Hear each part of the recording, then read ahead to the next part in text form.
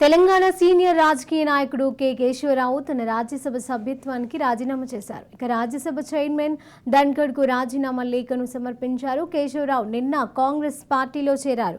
AICC అధ్యక్షుడు మల్లికార్జున ఖర్గే ఆయనకు కండువాను కప్పి పార్టీలోకి ఆహ్వానించారు. సీఎం రేవంత్ రెడ్డి, తెలంగాణ రాష్ట్ర వ్యవహారాల ఇన్ఛార్జ్ దీపాదాస్ మున్షి తదితరుల సమక్షంలో ఆయన కొన్నేళ్ల తర్వాత కాంగ్రెస్లోకి తిరిగి వచ్చారు. 2013లో కాంగ్రెస్ పార్టీని వీడిన ఆయన తిరిగి సొంత గూటికి చేరుకున్నారు. ఈ నేపథ్యంలో ఆయన రాజ్యసభ సభ్యత్వానికి రాజీనామా చేశారు.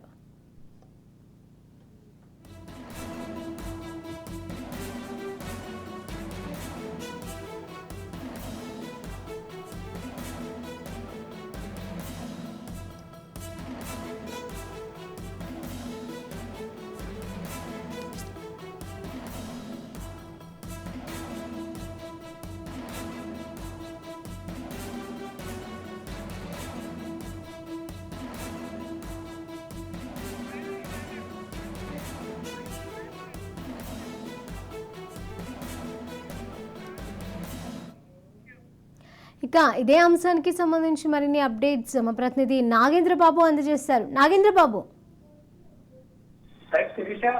తెలంగాణ రాజకీయాల్లో అయితే ఒక కీలక మలుపు అయితే చోటు చేసుకుందని చెప్పాలి. తెలంగాణ సీనియర్ రాజకీయ నాయకుడు కె కేశవరావు అయితే ఏదైతే నిన్న కాంగ్రెస్ లో అధికారికంగా చేరారో ఆ తర్వాత ఇటు రాజ్యసభ సభ్యుడిగా కూడా కొనసాగుతున్నారు. కేకే అయితే బీఆర్ఎస్ సిట్టింగ్ ఎంపీగా అయితే ఆయన కొనసాగుతున్నప్పటికీ కూడా ఒక నైతికతతోనే అంటే బీఆర్ఎస్ పార్టీలో గెలిచి ఇటు నేను కాంగ్రెస్ లో కొనసాగలేను అని చెప్పేసి భావించినటువంటి కేకే ఈ రోజు అయితే వెళ్ళి ఇటు రాజ్యసభ పదవికి అయితే రాజీనామా చేశాడని చెప్పాలి. ఏదైతే రాజ్యసభ చైర్మన్ ధన్ఖడ్ ఉన్నారో అలాగే ఉపరాష్ట్రపతి ధన్ఖడ్ కూడా ఉపరాష్ట్రపతి ధన్ఖడ్కి ఆయన రాజీనామా పత్రం అయితే సమర్పించినటువంటి పరిస్థితి మనం చూసాము. ముఖ్యంగా దీనికంటే ముందే నిన్ననే కాంగ్రెస్ లో కేకే అధికారికంగా చేరడం జరిగింది. ఆయన ఏఐసీసీ జాతీయ అధ్యక్షుడు ఖర్గే పార్టీ కండువా కప్పి కూడా పార్టీలోకి ఆహ్వానించిన పరిస్థితి కూడా మనం చూసాం. సో మొత్తానికి అయితే ఈ రోజు రాజ్యసభ పదవికి అయితే ఎంపీ పదవికి అయితే ఆయన కేకే రాజీనామా చేసినారు. అలాగే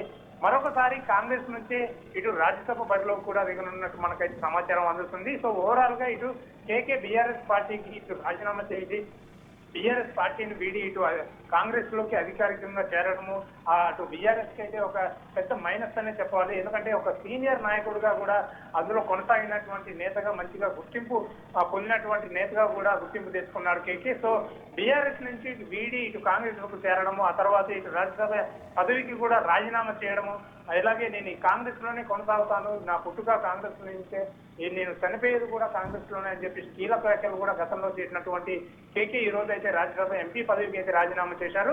సో కాంగ్రెస్ నుంచి మరొక మరి రాజ్యసభ బరిలోకి అయితే దిగనున్నట్టు మనకి ఇన్ఫర్మేషన్ అందుతుంది. శిరీష.